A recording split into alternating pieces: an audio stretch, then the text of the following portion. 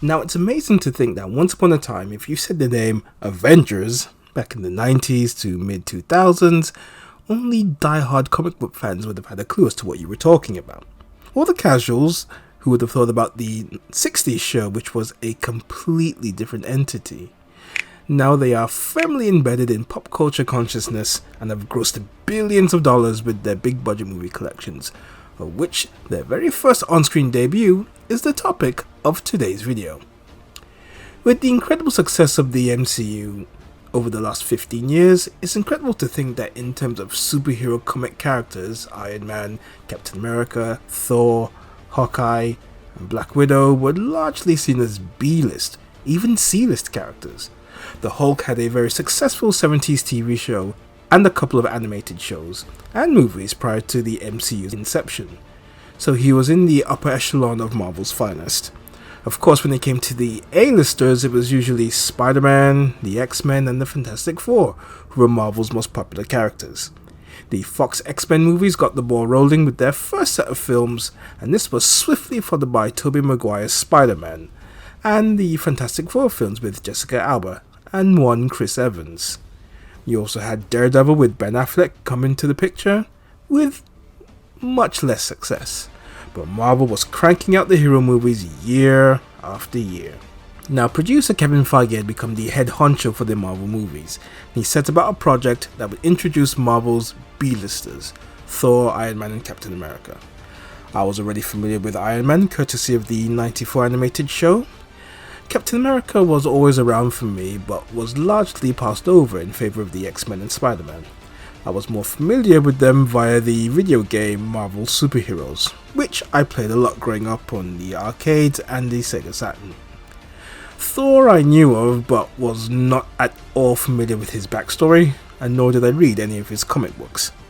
But given the size of the Marvel Universe in the comics, I was surprised to discover that these three were not amongst the most popular characters.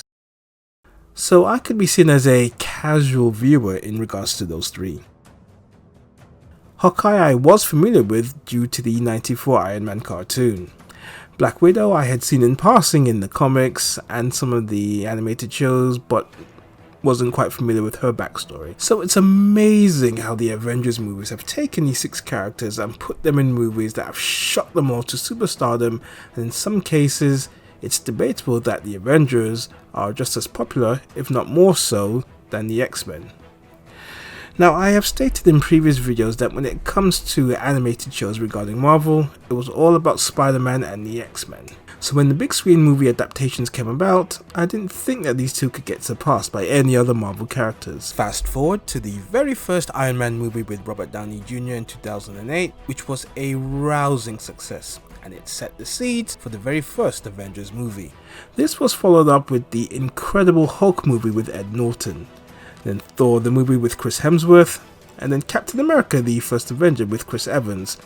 Now, I did not watch any of these movies as I was way more into the X-Men and Spider-Man films, so watching Avengers for the first time, I was absolutely blown away.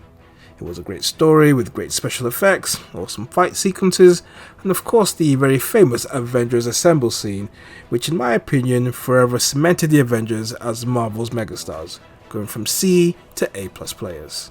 This whole movie got me hooked on the whole MCU, and soon afterwards I was binging on the whole MCU movies that were released up until that point.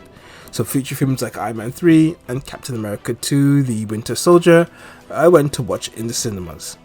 And for the first time in my life, I was into Marvel characters that were not the basic status quo of Spider-Man or the X-Men. So I will run briefly through the movie and some of its highlights. So here we go.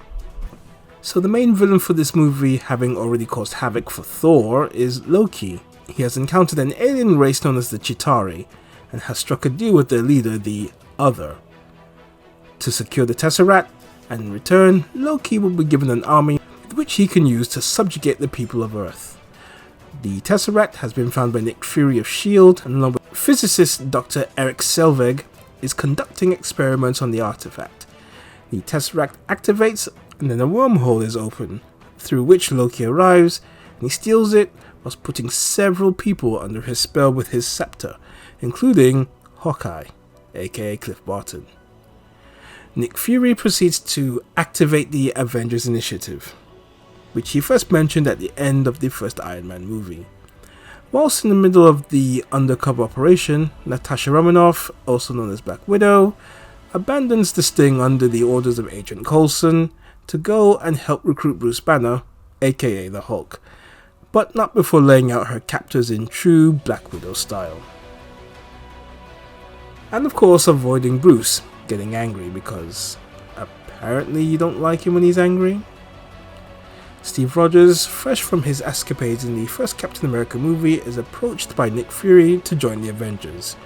Steve is still taking his time to adjust to the present day America after being frozen for 70 years, but finally he accepts Nick Fury's offer. Agent Coulson goes in to bring Tony Stark, with a little persuasion involving Pepper Potts.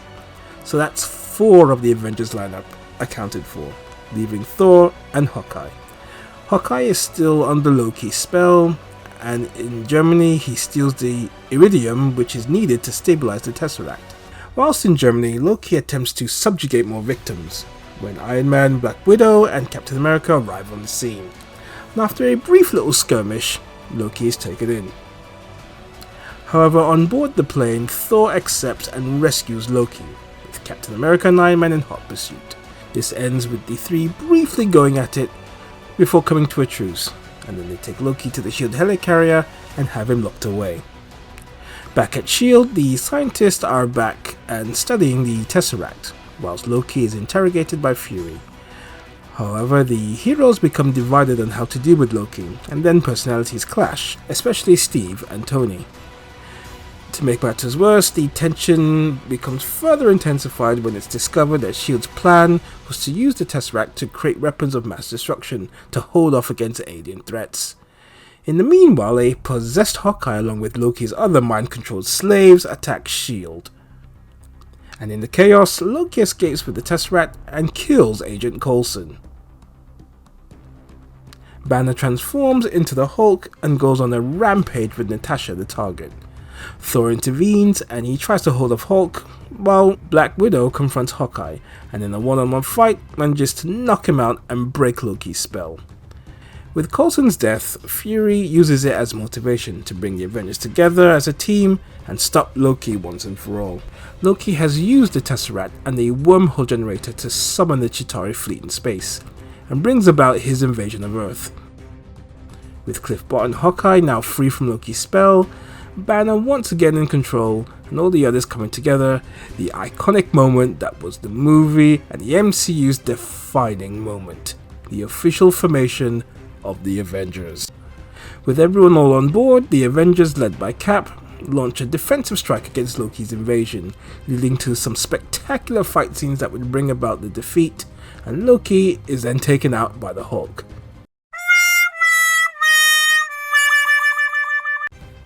The wormhole generator is still open, and Dr. Selvig reveals that Loki's scepter can shut down the wormhole and prevent more Chitauri coming through. Nick Fury's superiors at the World Security Council have other ideas, however, and then they launch a nuclear missile straight into the heart of Manhattan, where the invasion is happening, and look to end the invasion. Iron Man intercepts and diverts the missile straight into the wormhole, where it goes straight into the Chitauri mothership and destroys it and disables all Chitauri beings on Earth. Widow uses Loki's scepter and closes the wormhole, ending the invasion. There's almost a close call as Iron Man nearly dies after his suit loses power, but is rescued by Hulk and then revived. With Loki's invasion stopped, Thor takes him and the scepter back to Asgard, but he will face trial for all his crimes. There is skepticism about the Avengers being formed, but Fury is adamant that they will be there to save the day when needed, and so the adventure begins, with the Avengers assembled. Now there is a post-credit scene where the Other is seen talking with his master about the failed attack, his master being the one and only Thanos. The war, the Infinity War, has just begun. And there you have it, my run through of the Avengers, and what a way to introduce the group. The success of this movie was never in doubt and performed way better than expected, grossing a staggering $1.5 billion worldwide, the very first Marvel movie to generate over $1 billion in ticket sales. Had it not been for the success of the previous films leading up to this, it's hard to see how the Avengers could have had the mind-blowing success that they have amassed. Now, die-hard comic book fans would point out that this was not the original lineup from the comics. That one consisted of Hulk, Iron Man, Thor, Ant-Man, and the Wasp. The latter two would join up later in the Ant-Man movies. Given the stance of Captain America, having a movie on this scale without him, I don't think would have worked as well, so it was definitely the right call to go with him in the original lineup for the movies as opposed to what was seen in the comics. Now, as for the actors behind the heroes, if there was a role that was tailor-made for somebody to play, it was the charismatic Robert Downey Jr. playing Tony Stark. From charming to jovial to quirky to sarcastic to ladies' man to billionaire genius, Downey played this role flawlessly and has set a very high bench from whomever comes in as Iron Man in any future movies. Chris Evans as Captain America was a strange choice for me at the beginning, having played Johnny Storm from the Fantastic Four films, and I just didn't quite see how he would fit into his role. I was expecting somebody more beefier as such, because Cap is a beefy big hero in the comics. But over a period of time and watching his character develop over the course of future Captain America and Avengers movies, Chris Evans has more than owned the role now, and there is a clamour for him to come back, but he is keeping strum as to whether or not he will ever return. As of right now, he is not slated to appear in the next Captain America movie, New World Order, and he appears to be done with the role. Whatever the future holds, he has set a very high bar for the Star-Spangled Warrior. Chris Hemsworth was a complete unknown to me and most fans, although via IMDB, I had actually previously seen him in Star Trek 2009. He has given a very charismatic presence to Thor and given him qualities that make him a very likeable and a different contrast to what was in the comics up until the Thor movies. It is a role he has made his own, and it's hard to see another actor come in and do the role better justice than he has. Jeremy Renner as Hawkeye is good if unspectacular. Well, to me anyway.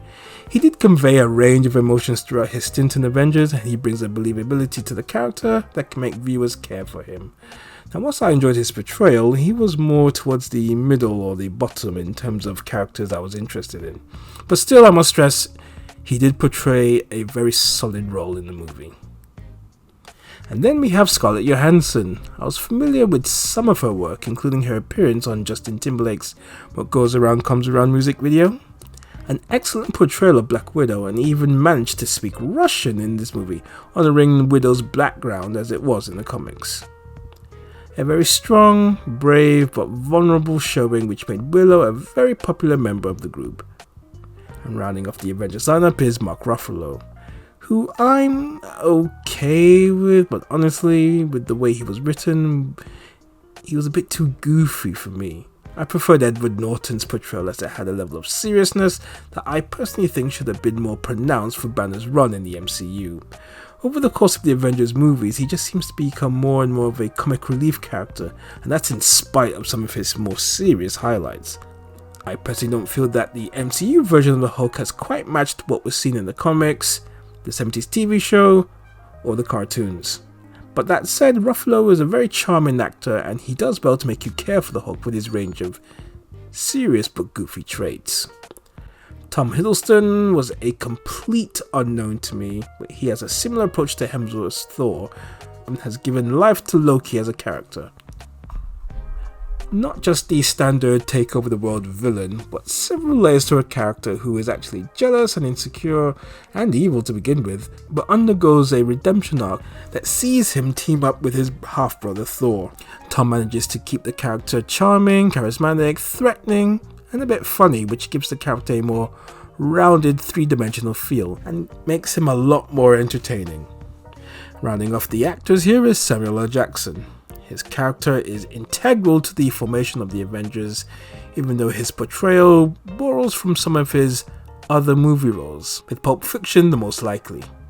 He still brings a presence to the character that comes off as mysterious, confident, secretive, dangerous, witty. That makes him feel like a very important part of the MCU, and he was an excellent choice for the role of Nick Fury. Of the current 4 Avengers movies, I actually rank this as number 2 in the list, just behind my personal favourite Avengers Infinity War, and just ahead of Endgame, and ending off with Age of Ultron. Even though I didn't watch the build up to this movie, it is still a very good standalone movie to watch with great action, larger than life characters, a good story and special effects. Watching it made me see the previous films straight after, and in retrospect, it was actually a very good way to have the characters get built up in their solo adventures before coming together as a team. That's what you call long-term storytelling. When you now think of the Avengers, it's these 6 characters who you have in mind, as opposed to the original lineup from the comics. The success led to 2 animated TV shows. The first one being Avengers: Earth's Mightiest Heroes, a brilliantly written series that just didn't follow the blueprint set by the movies, but it took its inspirations from the comics and adapted them to make for a very fun show. However, the higher-ups at Marvel felt that this universe and the way it was constructed would confuse the fans and wanted the show more in line with their movies. Enter Avengers Assemble, which was not it. It was too kid-friendly, there was too much breaking of the fourth wall, and quite frankly it just insulted the viewer's intelligence. I only saw a couple of episodes, but that was more than enough to make me say, nope, this is not for me. It's just a poor show that's quite frankly aimed at 2 to 4-year-olds. Now it has been announced that there are 2 more Avengers movies in the works, The Secret Wars and The Kang Dynasty. Now with only Ruffalo's Hulk and Renner's Hawkeye still around, the lineup will most likely comprise of characters that came later on in the MCU universe, like Doctor Strange, Captain Marvel, Falcon, who's now the new Captain America, Kamala Khan, Spider-Man, and so on. Hemsworth has recently been diagnosed with a condition that could see him get Alzheimer's as he gets older, so he has taken a break from acting, and as a result, his status as Thor is up in the air. He is hoping he makes a speedy recovery. The loss of Evans, Downey, and Scarlett's characters have really cast a shadow over the next Avengers movies.